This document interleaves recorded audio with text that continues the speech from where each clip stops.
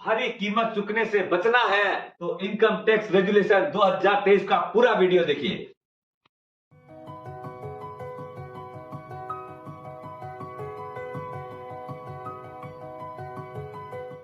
सुप्रभात दोस्तों, आप सभी का एसके हेल्थ एंड वेल्थ में स्वागत है। दोस्तों, न्यू ईयर का रेजुलेशन बहुत बार पूरा होता है, बहुत बार पूरा नहीं भी हो पाता है, लेकिन टैक्स को लेकर जो रेजुलेशन ले उसे जरूर पूरा करिएगा, क्योंकि आजकल टैक्स डिपार्टमेंट जो है नई डेट की डेडलाइन को लेकर लीनियंट है और टैक्स की चोरी या टैक्स की जो कमी है उसके बारे में एकदम मर्सीफुल नहीं है।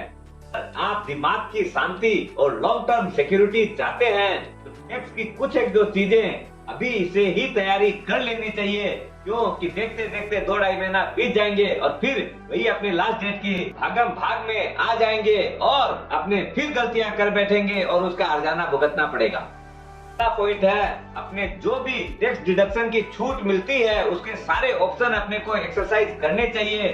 क्यों कि अपने बहुत बार जो है अपनी जो लिमिट है या तो उसकी जानकारी नहीं रहती है या अपने उसका पूरा तरीके से उपयोग नहीं करते हैं, तो अपनी हार्ड अर्न्ड मनी जो है अपने को टैक्स के रूप में पेमेंट करनी पड़ती है। अपने ऐसी ही कुछ चीजें जिसका कि अपने समय रहते उपयोग कर लेंगे, वो क्या क्या है उसके डिडक्शन के बारे में जानकारी लेते हैं। सबसे पहला डिडक्शन है सेक्शन 80C, जो सब कोई जानते हैं। 1.5 लाख रुपए तक की छूट है। इसके अंदर यूजुअली जो कॉमनली यूज्ड है वो है LIC, अपना म्यूचुअल फंड का ELS स्कीम, PPF है, NSC है, ट्यूशन फीस है, ऐसे बहुत सारी चीजें हैं जिनको मिलाकर अपने 1.5 लाख रुपए तक की छूट मिलती है। अगर अवेल नहीं किए हैं तो अपना जोड़ लीजिए, बैलेंस को कर लीजिएगा। दूसरा है सेक्शन 80CCD, अपने NPS के रूप में एक्सक्लूसिव सेक्शन है, अपने को 50,000 तक का रिबेट मिलता है। तीसरा सेक्शन है 80D, मेडिक्लेम के लिए खुद और अपने बच्चों के लिए 25,000 तक की छूट है और अपने डिपेंडेंट पेरेंट या सीनियर सिटीजन पेरेंट जो है उसके लिए 50,000 तक की यानी टोटल 75,000 तक की रिबेट ले सकते हैं। और चौथा सेक्शन है सेक्शन 24, जो कि अपने को interest on housing loan up to 2 lakh रुपए तक की छूट है। दोस्तों, ये 4 ऐसे सेक्शन है जो बहुत कॉमनली यूज्ड होते हैं और एक बहुत बड़ी टैक्स रिबेट अपने को मिल सकती है ध्यान देने से। दूसरी चीज है booking of long term capital gain before 31 मार्च। दोस्तों, अपना अभी कोविड के बाद में शेयर मार्केट बहुत अच्छा गया है, बहुत लोगों की फाइल में बहुत अच्छा रिटर्न आ रहा है। अपने को ये भी मौका नहीं छोड़ना चाहिए। गवर्नमेंट अपने को पर फाइल में टैक्स फ्री 1 लाख रुपया तक का long term capital gain exemption देती है। दोस्तों, अपने चाहे डायरेक्ट स्टॉक मार्केट में लगाते हो चाहे म्यूचुअल फंड में लगाते हो, अपने को ये 1 लाख रुपया का गेन 31 मार्च के पहले बुक कर लेना चाहिए। और अगर आप जो भी चीज बेचते हैं, आपको लगता है कि मेरे को ये अपने स्टॉक में रखनी है, अपने पोर्टफोलियो में रखनी है, तो पहले एक बार बेच लीजिए। वही चीज जो है आप चाहो तो आज जैसे समझ लीजिए आपका आपके फाइल में आपको सीमेंस का प्रॉफिट आ रहा है, तो आप सीमेंस इधर में आपकी फाइल में बेच दिए, वाइफ की फाइल में खरीद लीजिए, उसकी फाइल में जो चीज स्टॉक बेचना उसका बेच के इसमें ले लीजिए। अगर आपको भावों का कोई भी ये चीज नहीं करना हो, अगर आर्बिट्रेज रखना हो तो नहीं, तो ऐसे भी कर सकते हैं कि उसका ही पेमेंट आएगा 2 दिन बाद में, तो आजकल पेमेंट आ ही जाता है, वही पेमेंट वापिस से लगा सकते हैं, जिससे आपका स्टॉक भी रह गया, प्रॉफिट भी बुकिंग हो गई। ऐसे ही आप म्यूचुअल फंड में भी कर सकते हैं। दोस्तों, एक बहुत सुनहरा मौका है, इसे मत छोड़िएगा। क्यों कि अपना जो अगर इस साल नहीं करते हैं तो वो आपका 1 लाख रुपया प्रॉफिट पर फाइल का खत्म हो जाएगा। नेक्स्ट ईयर आपका फ्यूचर की लायबिलिटी आपके सर पर खड़ी रहेगी, जब भी बुकिंग करेंगे तो आपको टैक्स देना पड़ेगा। तीसरा है पेमेंट ऑफ एडवांस टैक्स।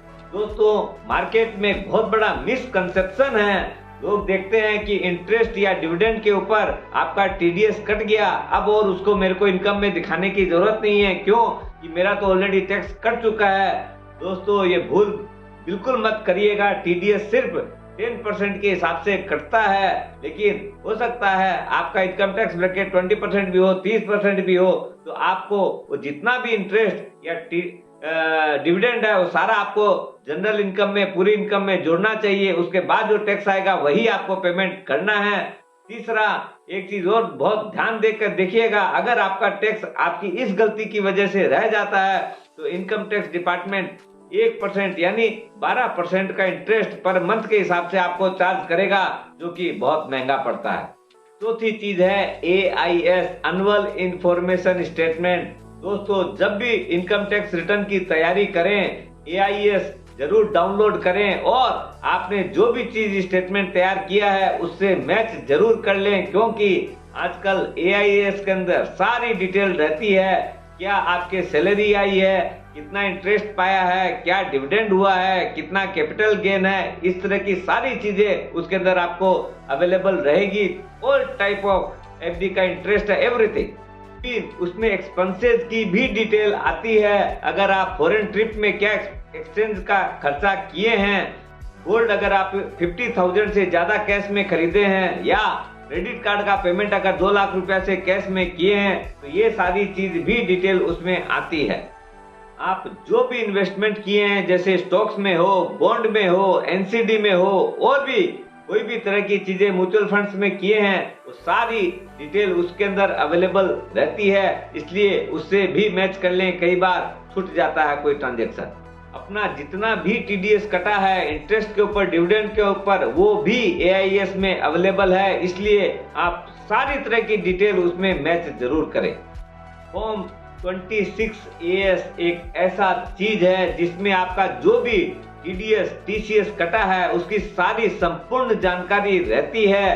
कौन डिडक्टर है, क्या रेट से काटा है, कितना रुपया काटा है, ये जानकारी जरूर कर लेनी चाहिए और मिलान कर लेना चाहिए। क्यों कि समय रहते अगर मिलान कर लेंगे तो आप जो डिडक्टर हैं, अगर कोई भूल भ्रांति है तो उससे बात करके उसको ठीक भी करवा सकते हैं। लेकिन अगर समय रहते नहीं करते हैं तो जो काम हो गया सो हो गया, और आपको उसका क्रेडिट भी नहीं मिलेगा और टैक्स भी अपने को घर से पेमेंट करना पड़ेगा। और एक बहुत vital point, don't ignore foreign earnings and assets. दोस्तों, दिन पे दिन इनकम टैक्स डिपार्टमेंट कड़ा होता जा रहा है और प्लस उसको जो चीजें ढूंढने का रास्ता है वो बहुत सरल हो गया है। वो आज के दिन छोटी से छोटी चीज भी पकड़ सकता है अगर इनकम टैक्स डिपार्टमेंट चाहिए तो। क्यों कि अब सब चीजें ऑनलाइन हो गई है। आगे कोई भी चीज कहीं भी खाते में घुसा देते थे, इनकम टैक्स जान ही नहीं पाता था। अब वो दिन चले गए। में विदेश में अपने जो भी जितने भी अकाउंट्स हैं, कोई भी मूवेबल प्रॉपर्टी है, इमूवेबल प्रॉपर्टी है, अपने जो भी वहां इन्वेस्टमेंट कर सके हैं, सबकी अर्निंग जरूर रिपोर्ट करनी चाहिए। कोई भी डिस्क्लोज होने से अगर चीज बच जाती है, ओमिट रह जाती है, तो उसकी बहुत भारी कीमत चुकानी पड़ सकती है। और आजकल अगर कोई भी अनडिस्क्लोज चीज अगर इनकम टैक्स डिपार्टमेंट पकड़ता है कि अपनी चाहे अर्निंग हो चाहे एसेट्स हो, तो वो अपने पिछले 16 साल तक के खाते रीओपन कर सकता है, जिसके अंदर और भी कोई चीज प्लस माइनस की हुई हो तो वो भी पकड़ में आ जाएगी। इसलिए अपने एक चोरी को छुपाने के लिए 100 झूठ सामने न आ जाए, इस चीज का विशेष ध्यान रखना है। दोस्तों, अपनी सारी अर्निंग को जरूर डिस्क्लोज करना है, रिपोर्ट करना है और सारी चीजें मिलान करके ही अपने को इनकम टैक्स रिटर्न सबमिट करनी है। अभी 2.5 महीना समय है, उन सब चीजों को एक बार चेक कर लीजिए। दोस्तों, स्वस्थ रहो, मस्त रहो, सावधान रहो और मस्त रहो।